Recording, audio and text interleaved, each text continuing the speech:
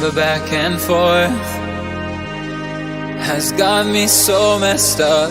Don't ignore the signs. We've had enough of the whole damn thing that we got going. You hold the strings without me knowing. Why do I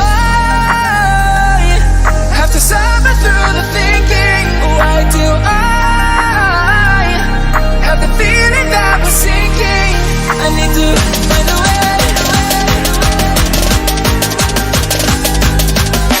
Find a way. Find a way.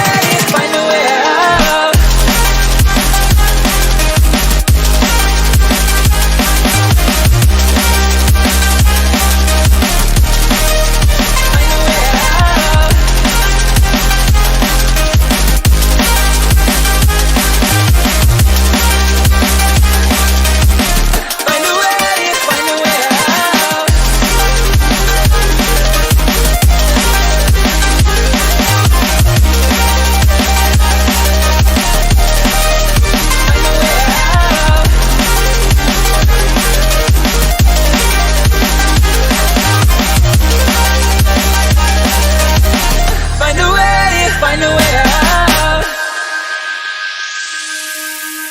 What's all this for? It's got me turned around, but I can't ignore the feelings that I found in this whole damn thing that we got going. You hold the strings without me knowing.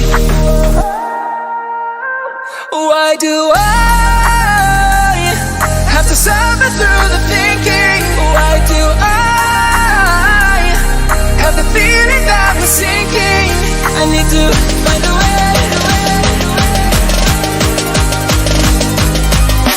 Find a way. Find a way. Find a way out.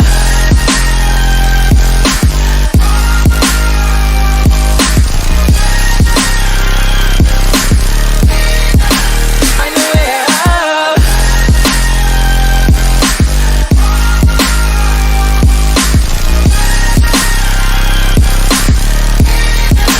Find a way out. Find a way out.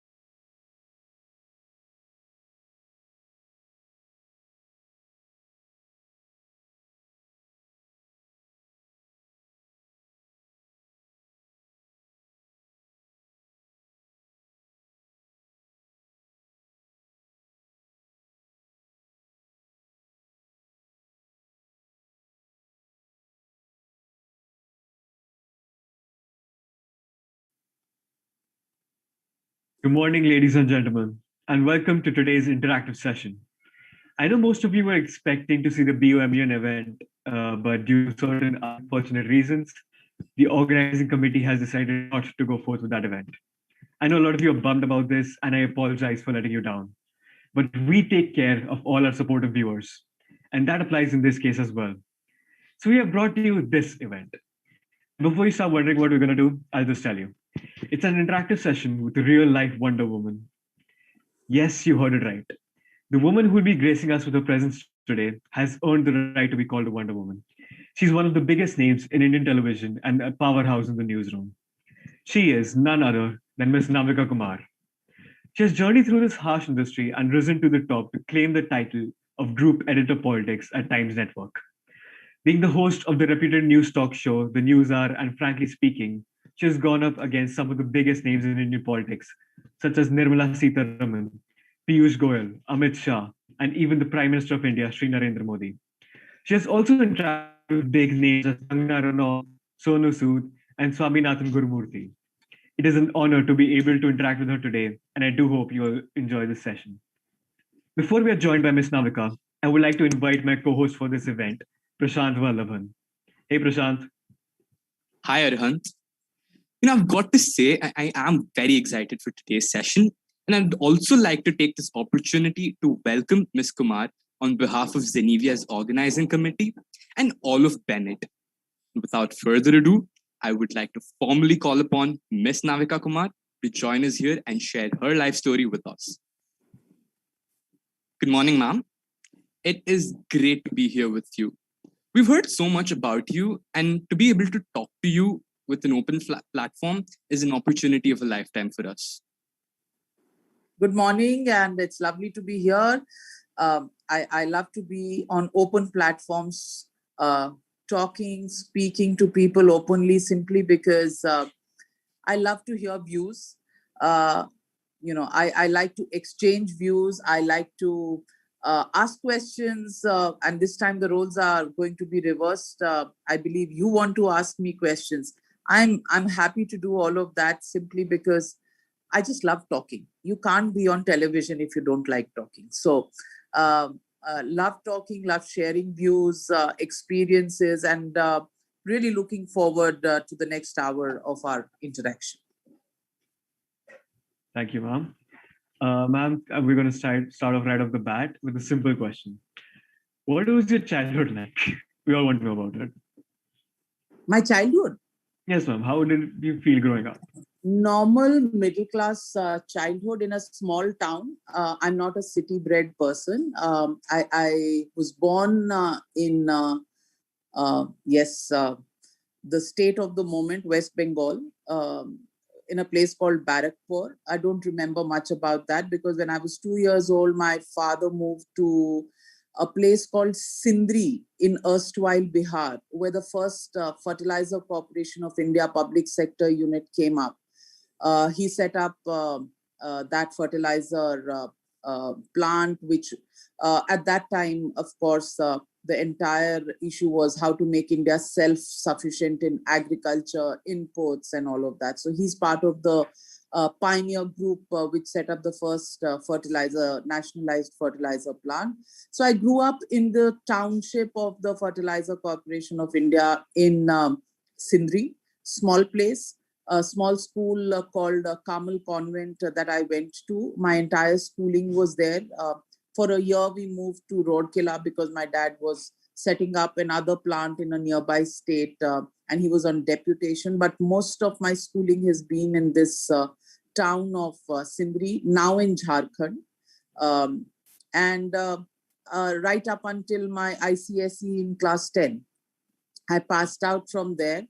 And in those days, you studied well and you performed well in exams. It was considered as very important if you wanted to do anything bigger in life. Your scores had to be good. So I had a good score in ICSE. And I moved on from there. I studied in Pilani for my +2 because my dad was moving from place to place, and everybody wants 11th and 12th not to be disturbed as far as studies are concerned. So I moved to Birla Balika Vidyapeeth in Pilani, where my training was in the NCC, and I joined the school band and had my first exposure to Delhi on the Republic Day parade, where the Birla Balika Vidyapeeth band actually performs in the Republic Day parade, and we give salutes and we go through the Rajpath in the days when it was full-fledged. So, I kind of did that. And, that was a fulfilling experience. And then I moved to Goa, which used to be Bombay University. I did my graduation in economics there, post-graduation in economics from Pune in Gokhale Institute, which is the D school of the Western India. Great economists have come from there, people who have, set up the GDP calculation, the national income calculation.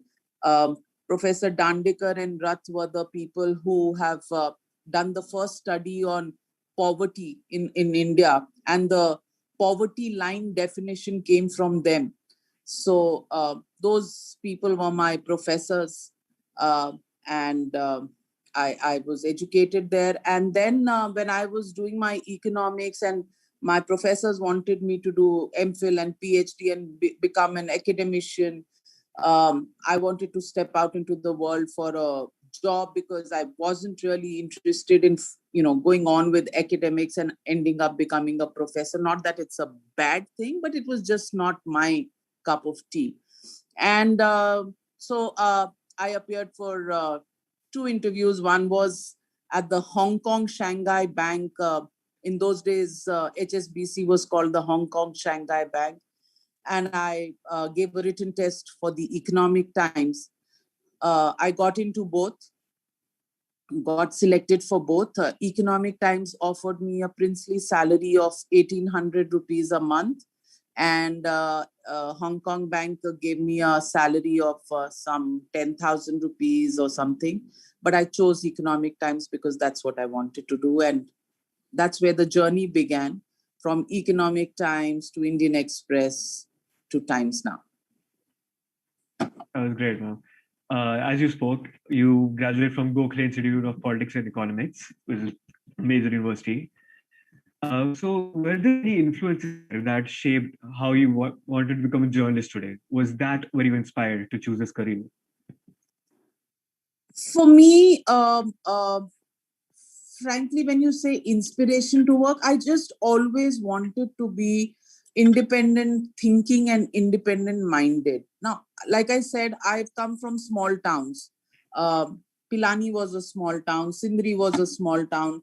Goa in those days was not as happening as Goa is today. It was a very small town. People really not very ambitious, not going anywhere in a hurry, and definitely academics or career performances were not amongst the biggest issues for them. My basic thought while I was growing up was, my mother, I saw at home, she taught in a school for a while, but basically devoted her life to bringing up kids in the sense of, actually being involved with them in their education and everything. And I was in this small town. And somewhere inside me, I just had this desire to just do something to make I didn't even go out overtly thinking that I have to make a name for myself, but just to do something meaningful and to be defined by some of my achievements, rather than just being defined by whose daughter or whose child, or whose sister or whose friend I was. So it was just very simple middle class upbringing. My parents had always told me that when I was going up, that I would not be sent abroad, because after I completed my post-graduation, I was told that, this is the time to now get married and settle down. If you go abroad 2-3 years more, your dad will retire by then, and how will we, manage? We don't have that many savings to have a wedding of a daughter later. So, it was very ordinary family thinking routine. Where I was told to be practical. But my dad was somebody who always encouraged me, never said that you're a girl, so I will not educate you. The only taboo that was put by my mother was, even when I got an admission, I was told I could only apply to Canada because my uncle lived there, and I would have a local guardian. And when my admission and scholarship and everything came through, my mother had cold feet and said that, no, at 22, we are not sending you abroad. It's time to get married. So, I only wanted to push that date, and I had to listen to my parents, because in those days, it was not a given that you would go abroad and everybody could go abroad. It was, one of the off things that people would do and rich people would do. So I just wanted to be, some sort of an achiever, and be doing my own thing and not be known by what I cook and how nice a house I keep.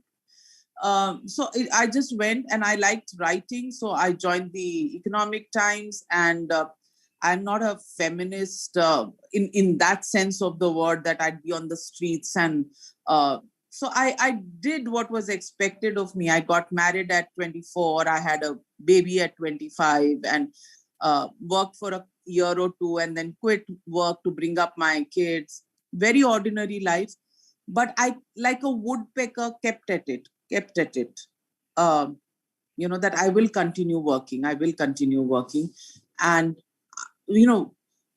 whenever I did, I put my heart and soul into a story. So I was always recognized as this asset of any reporting team. That if Navika is here and she's on the ground, she'll get you a story at the end of the day, which will be a story worthy of the front page. I think I've just continued doing that. Nothing about setting a trail or being a trailblazer, just an ordinary person. That's really nice that you've been a very career-oriented person, because if people don't really have that determination, I don't believe anyone could go ahead and be titled as the Wonder Woman of Indian media. But speaking of which, you had mentioned that you grew up in a middle-class family, and given that you grew up in a middle-class family, you were offered two positions, one at Hong Kong Shanghai Bank for 10,000, the other one in the field of media for 1,800. How supportive were your parents when you had decided to follow what you want and when you had decided to join the media? I must say that my parents always have put options in front of me that evaluate. They have always taught me the value in evaluating your options. Look at everything, think about the pros and cons, but do what you want to do. That support I have always had. So there were three options in front of me. One was to be a lecturer in my own college. One was the bank option, and one was the Economic Times option. Economic Times was difficult because my parents didn't want me to live alone in Mumbai. It's a tough city to live in, and working women's hostels is in those days, I'm talking about the early 90s. In those days, people didn't feel that it was safe enough for girls, especially, I told you, my parents were, and all of us lived in a small town. So the mentality is also in that sense. Will my daughter be safe? How will she travel in local trains? Very practical kind of issues. And Mumbai is this, wonder world where people can just go off track, end up becoming completely different kind of people from the value systems, the so-called value systems of the middle classes. So there were all those worries. But when I decided I didn't want to be a lecturer, I didn't want to be in a bank counting other people's money. And if I had to count money, I'd rather count the lakhs of crores that the government spends rather than just a few lakhs that some people deposit. So, that's the way I just wanted to write. And my career really began on the edit page. So I used to write for the edit page, and completely business and economy stories and economy articles. That's how it started. And my parents have been supportive. And my biggest support at that time came in from my brother-in-law. My sister was married, living in Mumbai. And my brother-in-law told my parents that if your worry is that she should not live in a working women's hostel, she will live with us in Mumbai, and she will work and she will follow the dream. He was the elder brother I never had, and he supported me in that decision. And I actually lived with my sister and brother-in-law. And in the traditional middle class sense, you never put any burden on the daughters of the family. So my parents were very, queasy about sending me to live with my sister and all. But my brother-in-law was very supportive. I lost him last November, but he was somebody who supported me and helped me chase my dream. And even if we've not been in the same place, because since I got married and they moved abroad, we were not together in one place for long enough. But I've always had his moral support to sort of follow my dream and do what I want to do, rather than be pressured by what people want me to do and how, I have to come up in people's esteem and eyes. So that's been the biggest, changing factor and inspiration for me. Yes, ma'am. I'm very sorry to hear about your brother-in-law, actually. So I apologize for that. That's how But, life is. Yeah, it feels really sad to hear that. And we can count this like some of your hardships that you have faced in this industry. Like you came from middle family, and you are like the position you have right now. You face a lot of hardships, and we have a few budding female journalists in our university. So, do you have any words of advice for them? I think in the beginning of your career, I don't know, everybody sets their own agendas and their own goals, but in the beginning of your career, it's more important to keep at it and keep learning at every stage rather than just wanting to enter and make a big splash. Big flashes will happen when you persevere, when you carry on, and you get some depth into the experience of being a reporter. Big flashes will happen. Have the confidence that it will happen. For example, I worked for 2 years, then got married. I had a baby in 1 year of marriage. I had health issues. I had to quit for about 3 years. And then I had to come back and start all over again, because if you have 2 years of experience, nobody thinks it's any great deal. So when you come back, after a gap of about 3 years, you have to start all over again at the bottom of the ladder. And your peer group has moved on because they haven't had so many upheavals in life. And it is very, very disheartening at that point in time. But the idea is to have faith in yourself and keep persevering in what you're doing. So I would just do that, okay, I'm here today. What's past, I can't change, but I will continue to be committed. I will be sincere and I will work hard. Initially, you will have problems with your seniors. My boss would never give me the ministry that I wanted to cover, which was finance. I was given agriculture, but I made it a point, okay, he's given me agriculture, I will produce 5 good stories that I get noticed. And when, from there, I started at, agriculture is important in the sense of our economy and, our country. But in the media world, it's given low priority because these are mundane stories in the edit room. So, you don't get front pages. You don't get noticeable stories on agriculture. In those days, noticeable stories were only controversies and scams and those kind of things.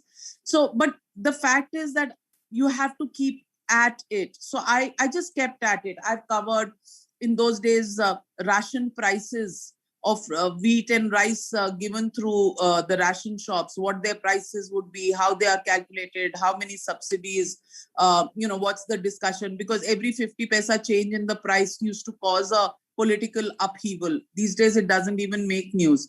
But, I've covered those kind of things while somebody else was talking about fiscal deficit and, budget proposals. I was doing these mundane things. But I kept at it and managed to get offbeat stories from these. So I moved from agriculture, food, to telecom, to power, to petroleum, And then, telecom happened to me when the Sukhram issue and the telecom licensing, the way it had been given, court cases, so I was in the middle of action.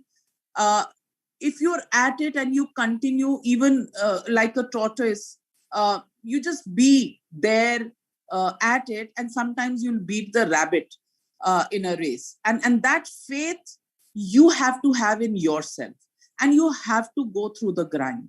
Today, I can still get the best finance ministry story, even if I don't go to the finance ministry, simply because I know the way the ministry works.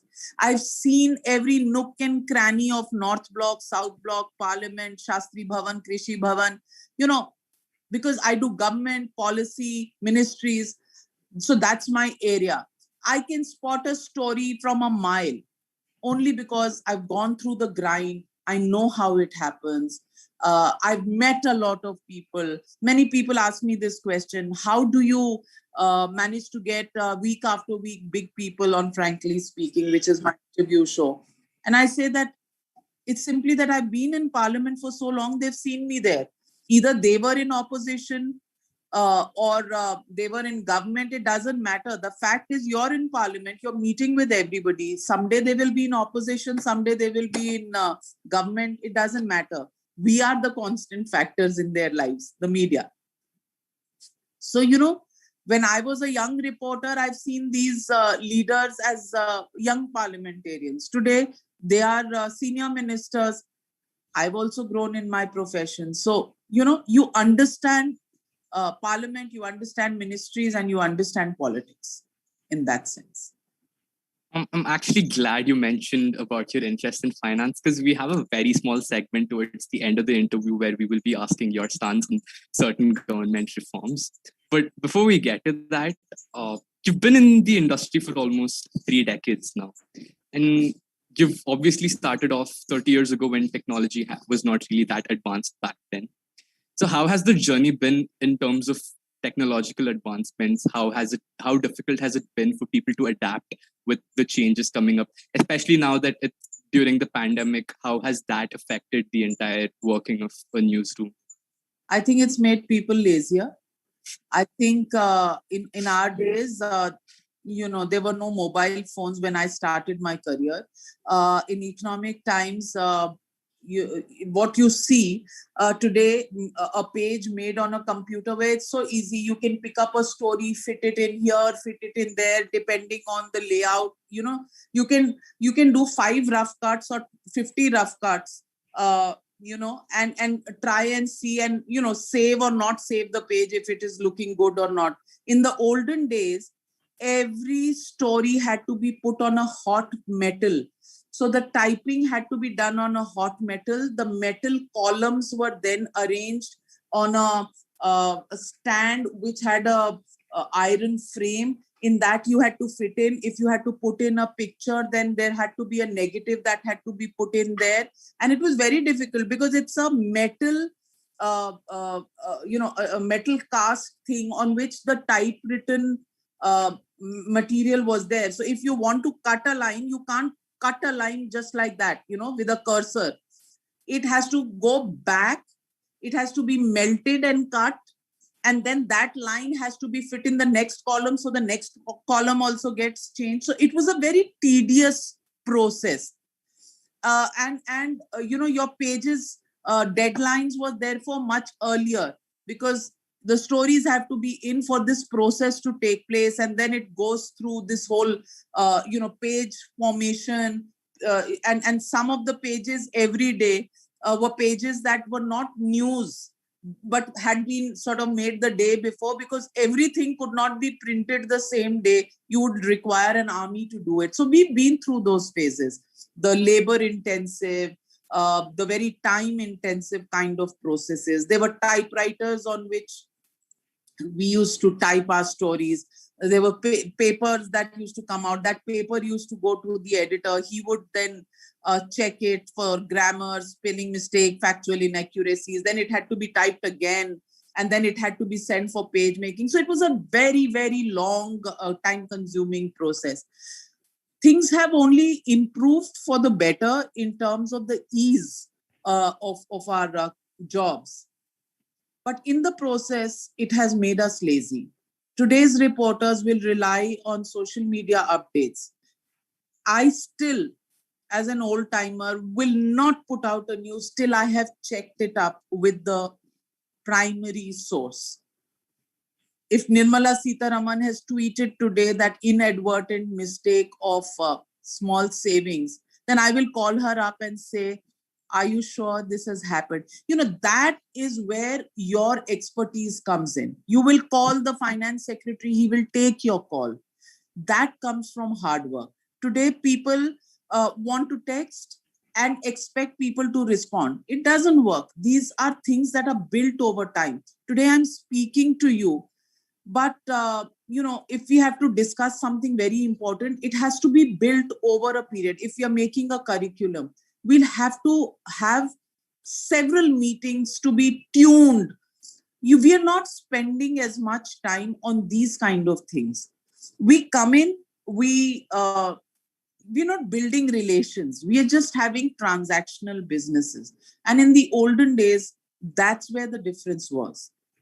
The finance secretary of today was a joint secretary and under secretary 20 years ago. I've known him since then. What he will tell me, he will not tell a new kid on the block, because there is a sense of comfort that you develop over meetings for 20 years. It's just a function of time. That's how the human resource is.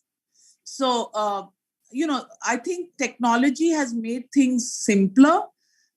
You can do much more, but it's also made us lazier. Work from home, at least for reporters, doesn't work. I have to be on the ground to report the real situation.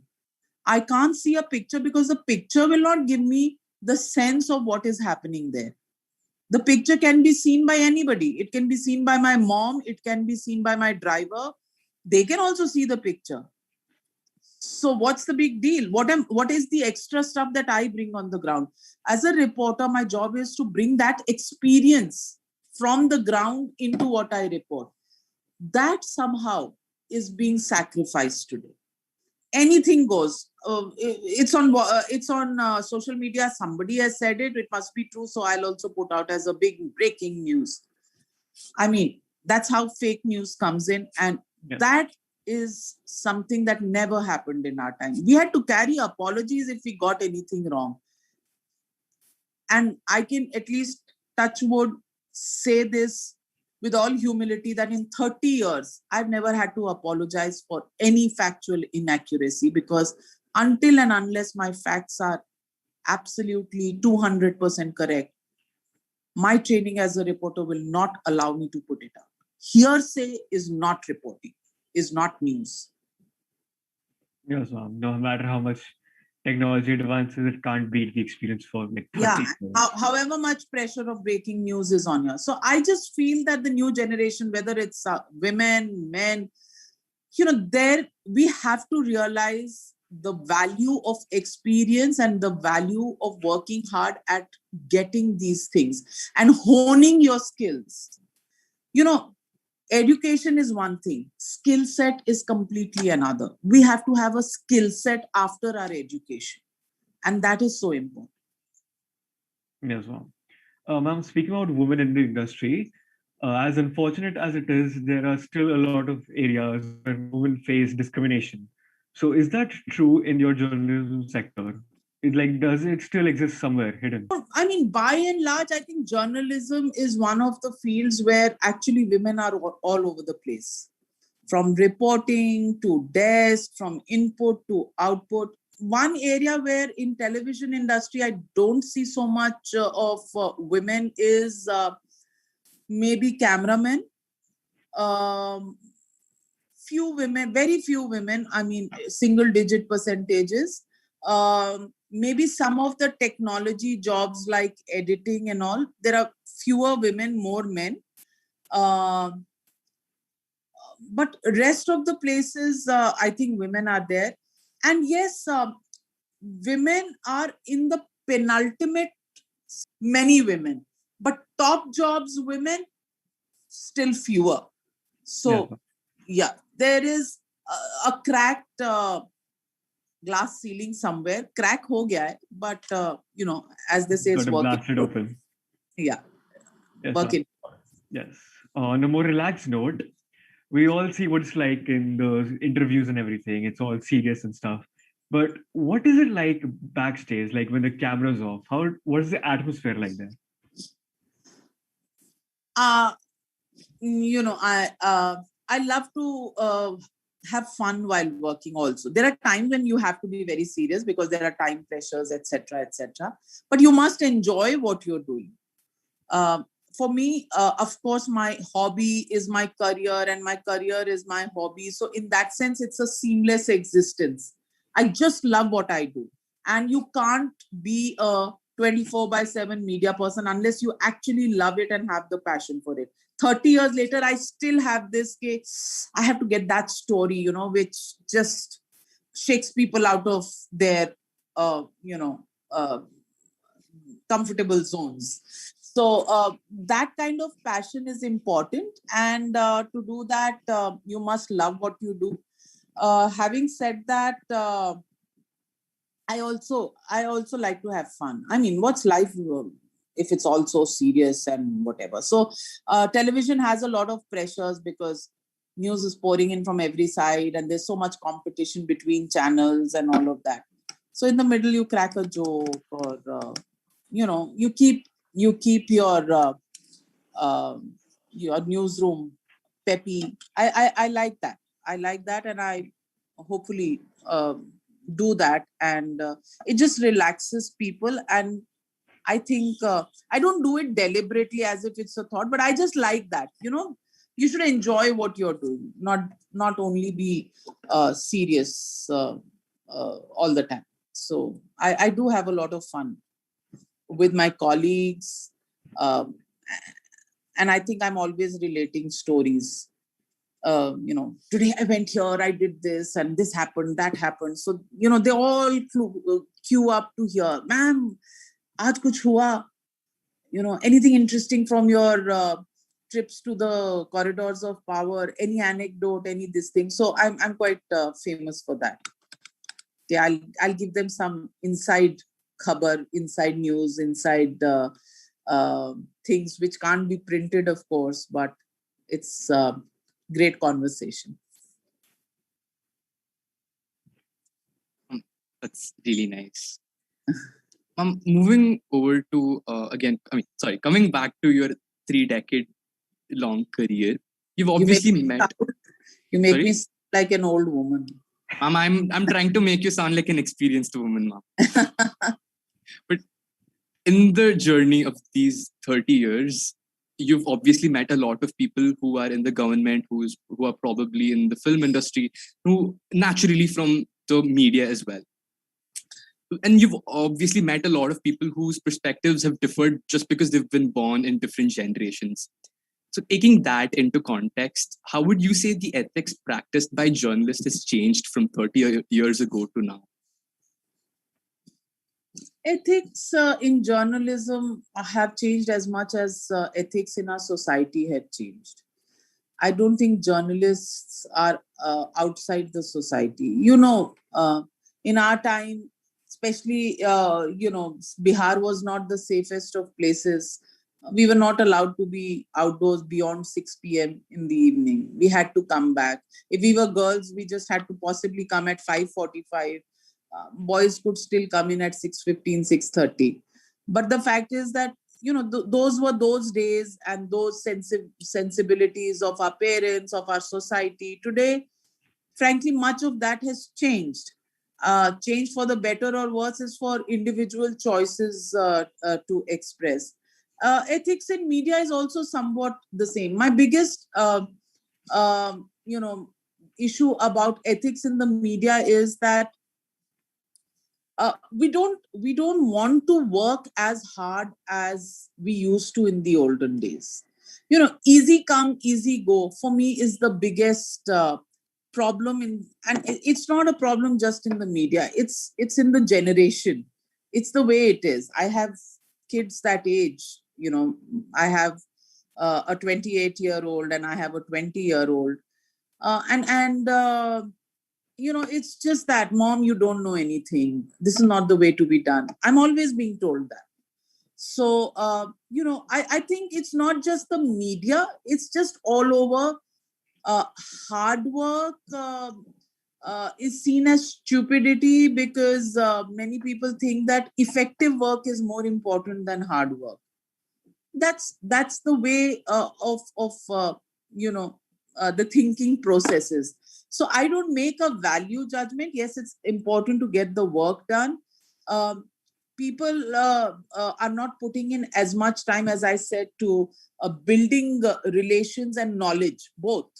Because in media, it's very important to have your sources at the right places at the right time, which will give you the right information. And that cannot happen until and unless you invest and work towards it. Because everybody will have an official spokesperson. Now, official statements don't give you the story. The story is behind the official statement. So are you going to take things at face value? Are you going to go behind and look at the real truth? That differentiation and that extra effort, according to me, that is something that we are now seeing coming down a bit. I don't relate it to ethics, but I just relate it to the normal mantra of work, which is effective work versus hard work kind of a debate. And I know your generation has views about it, which are slightly different from views in our generation. Other than that, I don't see any problem. Yes, ma'am. That answer covered the entire question. But as we mentioned before, your interest in finance sector. So you have one or two questions based on that. The first one is that COVID has affected a lot of things, especially the economy. It has absolutely devastated it. So given the current economic drop due to the pandemic, do you believe it is still possible for India to reach the $5 trillion milestone that it set?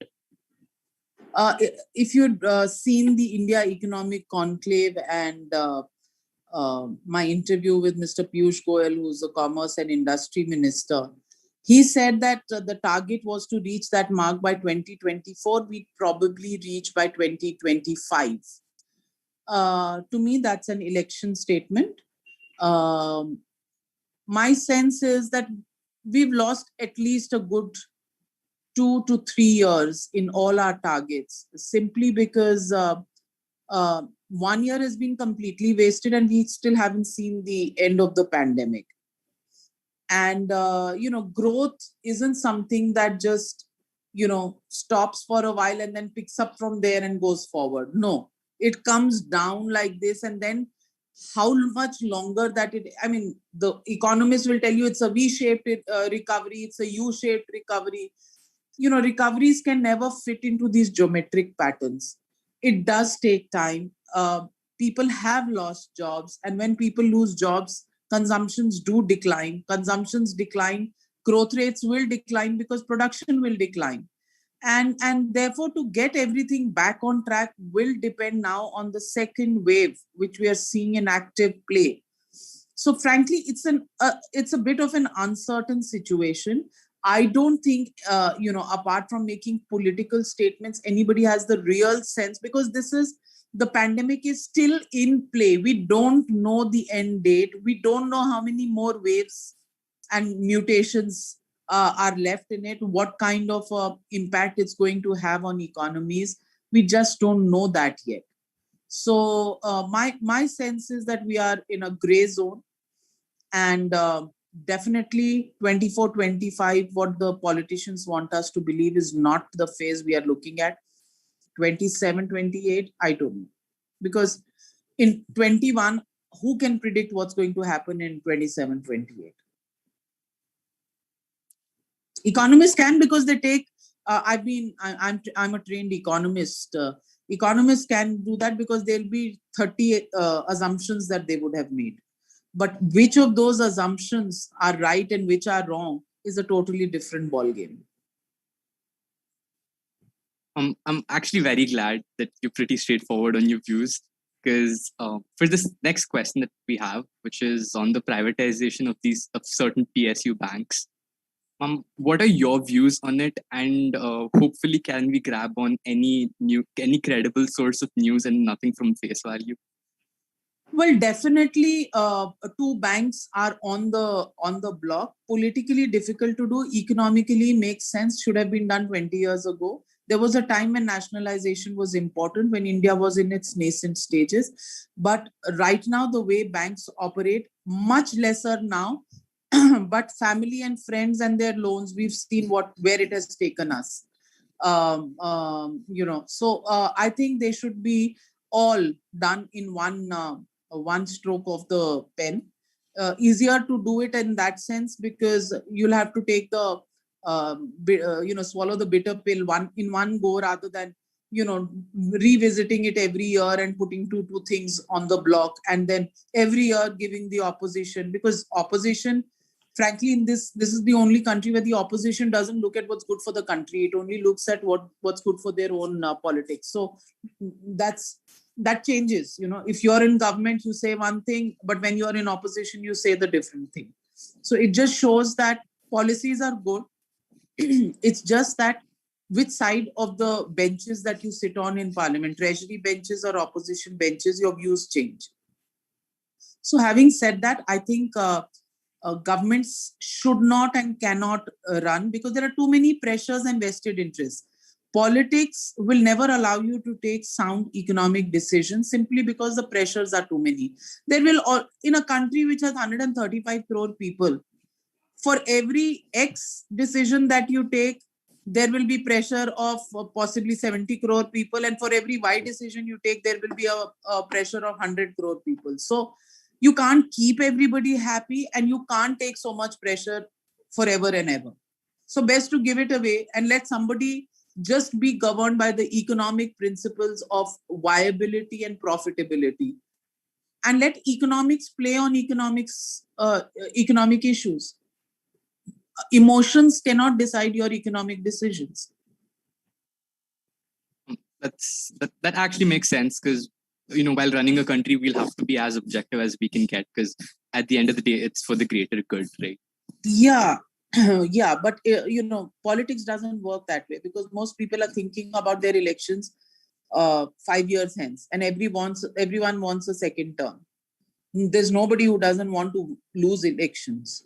Everybody wants to win elections. So therefore, why put the pressure of these kind of decisions on the election, equations, chemistry, and mathematics? Why put that pressure? Makes sense. A final question that we have from our side is, in the last few months, close to about a year, we've been introduced with reforms coming in from various industries. We've had the mining reforms, we've had the farmers reforms. Anything from your credible sources where we can expect another reform anytime soon? In the next 60 days to 70 days, you will see Air India being sold. All right. Thank you so much, Ma. That is at least 20 crores per day loss out of the government's books, which means taxpayers' money down the tube, 600, 700 crores a month. That will stop. So hopefully waiting for that. All right. Thank you so much, ma'am. It has genuinely been an honor for having you here in our session. With this, we've come to an end of the session. Again, it was a pleasure to have you here with us. And I really hope you've enjoyed the session as much as we have. Thank you so much. I've really enjoyed myself. I just want to make one observation. You didn't allow the lady who introduced us to ask even a single question. Well, ma'am, we gave her the opportunity. She just declined it. Okay. Actually, I wanted the juniors to take a chance. Oh, wow. That's good. That's called women power. Empowered women allow men to take their chances. Very good. And we are very grateful to her for this. Proud of you. And to all of you, I think we've reached a stage where actually we shouldn't bother about genders, because I don't think women need any special treatment. I think they make their own spaces. And I think in the times that we live in, yes, I think it's all of you, a generation that frankly doesn't think the way our generations thought, and which is such a positive change. Good going to all of you, all the very best. And whenever you'll think of me, please let me know. I'll be here chatting with you. Definitely, ma'am. Thank you so much. Thank you. Enjoy yourself. Have a brilliant day and see you sometime. Yes, ma'am.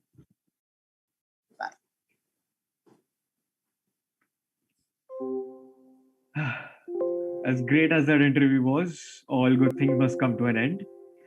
Thank you all for joining us today. You have been a very lovely audience. Another thank you to Ms. Navika Kapoor for introducing us to ma'am. We'll be signing off for now. Goodbye, everyone, and thank you for joining us.